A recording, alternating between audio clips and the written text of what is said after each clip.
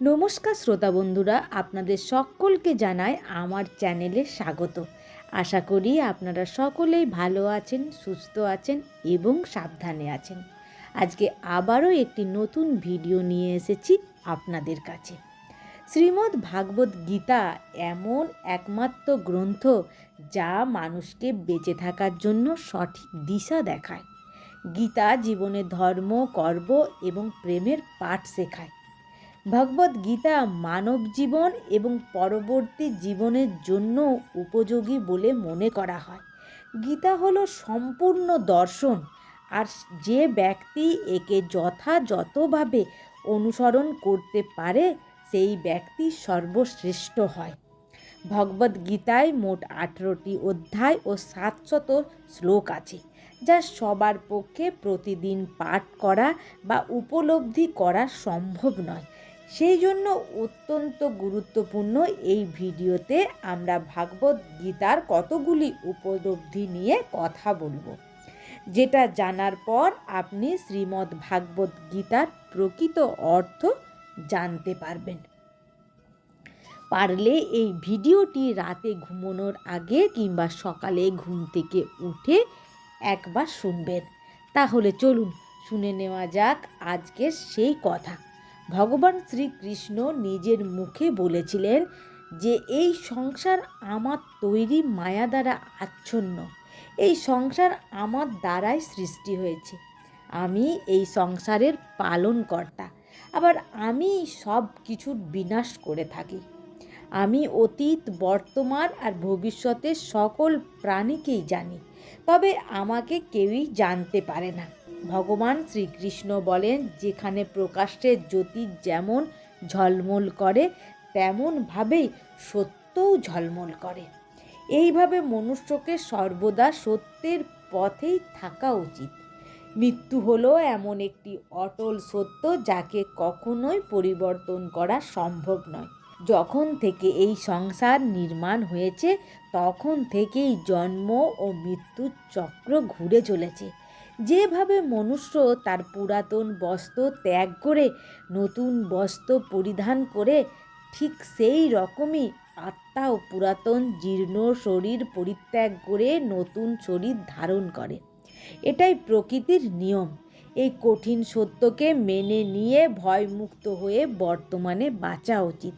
আর যারা প্রকৃত জ্ঞানী ব্যক্তি, তারা না তো মৃত ব্যক্তির জন্য শোক করেন আর না তো তাদের জন্য শোক করে যারা জীবিত আছে, কারণ তিনি জানেন যিনি মারা গেছেন তিনি আবার জন্ম নেবেন, আর যিনি জীবিত আছেন তিনি নিশ্চয়ই একদিন মারা যাবেন।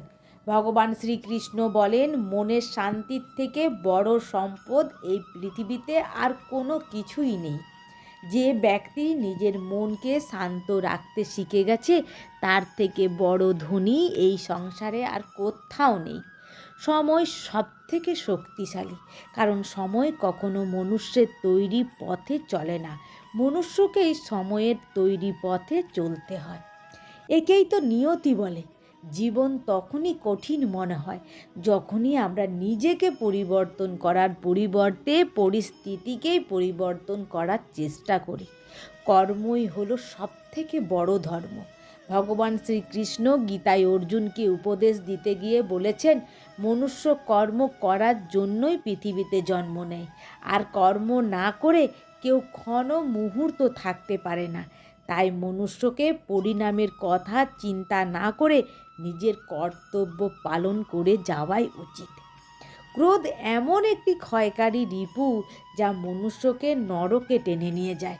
ক্রোধ করার জন্য মনুষ্যের মন অশান্ত হয়ে পড়ে, আবেগের বশবর্তী হয়ে তখন সে নিজেরই ক্ষতি করে বসে। ভগবান শ্রীকৃষ্ণ বলে, মনুষ্যকে ক্রোধ এড়িয়ে চলতে হবে। যতই রাগ হোক না কেন নিজেকে নিয়ন্ত্রণ করতে হবে। এই সংসারে আজ যা তোমার কাছে আছে, গতকাল তা অন্য কারোর ছিল, আগামীকাল তা অন্য কারোর হয়ে যাবে। তুমি এই পৃথিবীতে খালি হাতেই এসেছো, আর খালি হাতেই এখান থেকে ফিরে যেতে হবে। মনের উপর নিয়ন্ত্রণ রাখা অত্যন্ত জরুরি। মানুষের মন বাতাসের মতো চঞ্চল। এই মনের জন্যেই খারাপ কাজে লিপ্ত হয়ে পড়ে এবং নিজের লক্ষ্য থেকে ভ্রষ্ট হয়ে পড়ে। যদি জীবনে সফলতা পেতে চাও তাহলে মনের ওপর নিয়ন্ত্রণ পাওয়া খুবই জরুরি। গীতা আমাদের শেখায় যে ব্যক্তি নিজের মনের ওপর নিয়ন্ত্রণ লাভ করেছে তার মনে কখনো অপ্রয়োজনীয় চিন্তাভাবনা আসে না। সে অকারণ ইচ্ছা থেকেও নিজেকে দূরে রাখতে পারে, আর তার সাথে ব্যক্তি নিজের লক্ষ্যকে খুব সহজভাবে জয় করতে পারে। মন হলো মানুষের সবথেকে বড় বন্ধু, আর যে ব্যক্তি নিজের মনকে বশ করতে পারে না সেই মন তার সবথেকে বড় শত্রু হয়ে ওঠে। সদা সন্দেহকারী ব্যক্তি না তো এ জীবনে শান্তি পায় না তো অন্য জীবনে, আর সেই জন্যেই সন্দেহের প্রবণতা থেকে দূরে থাকুন। অধিক সন্দেহ করলে মনের শান্তি নষ্ট হয়ে যায়, আর ব্যক্তি ভ্রমের বশবর্তী হয়ে আপনজনদের সাথে সব সম্পর্ক নষ্ট করে ফেলে। শরীরের সৌন্দর্য মনকে আকর্ষণ করে, কিন্তু স্বভাবের সৌন্দর্য হৃদয়কে আকর্ষণ করে। সেই জন্য মানুষের স্বভাব সর্বদা নির্মল হওয়া উচিত। কে কী করছে, কেন করছে, কিভাবে করছে, এই সব থেকে যত দূরে থাকবে ততই তুমি সুখে থাকবে। জীবনে আমরা কতটা ঠিক কতটা ভুল এটা মাত্র দুজনেই জানেন। একজন হলেন ভগবান শ্রীকৃষ্ণ আর একজন হলো আমাদের আত্মা। ভগবান বলেন যে ব্যক্তির মধ্যে জ্ঞানের অভাব এবং ঈশ্বরের বিশ্বাসে অভাব থাকে সে ব্যক্তি জীবনে কখনো আনন্দ এবং সফলতা লাভ করতে পারে না। আমাদের জীবনের শান্তি এবং সৌন্দর্যের বিন্যাসের প্রধান কারণ হলো মোহ। মানুষের দুঃখের প্রধান কারণই হলো তার মোহ। যে যত বেশি মোহ করবে সে তত বেশি দুঃখ ভোগ করবে। পার্থিব সৌন্দর্য ও বস্তুগত মোহ সবথেকে বেশি ভয়ঙ্কর। যা ঘটে গেছে তা ভালোর জন্যই ঘটেছে, আর যা ঘটবে তাও ভালোর জন্যই ঘটবে, আর যা ঘটছে তাও আমাদের ভালোর জন্যই ঘটছে। ভগবান আমাদের সেটা দেন না যেটা আমাদের ভালো লাগে, ভগবান আমাদের সেটাই দেন যেটা আমাদের জন্য ভালো। এই পরম সত্য যিনি উপলব্ধি করতে পারবেন তিনি মনুষ্যদের মধ্যে শ্রেষ্ঠ। সুখ দুঃখ মান অপমান লাভ ক্ষতি এই বিভিন্ন পরিস্থিতিতে যিনি অটল থাকতে পারেন সেই সমাজে দাঁড়াতে পারেন। ভগবান শ্রীকৃষ্ণ অর্জুনকে বলেছেন, তোমার কি কিছু হারিয়েছে যে তুমি কাঁদছো? তুমি কি কিছু এনেছিলে সঙ্গে যা তুমি হারিয়ে ফেলেছো? তুমি কি কিছু সৃষ্টি করেছো তা নষ্ট হয়ে গেছে? না তো তুমি সাথে করে কিছু এনেছিলে, না তো তুমি সঙ্গে করে কিছু নিয়ে যেতে পারবে। তুমি এই পৃথিবীতে খালি হাতেই এসেছো, আর তোমাকে খালি হাতেই পৃথিবী ছেড়ে একদিন চলে যেতে হবে। যা আজ তোমার বলে দাবি করো গতকাল সেটা অন্য কারোর ছিল, আগামীকাল তা অন্য কারোর হয়ে যাবে। পরিবর্তনই হলো সংসারের নিয়ম।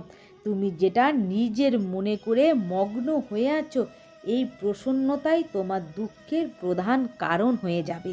মনে রেখো, কোনো জাগতিক বস্তুই তোমার নয়, সেটা বস্তু হোক বা ব্যক্তি, সেটা অনুভূতি হোক বা উপলব্ধি।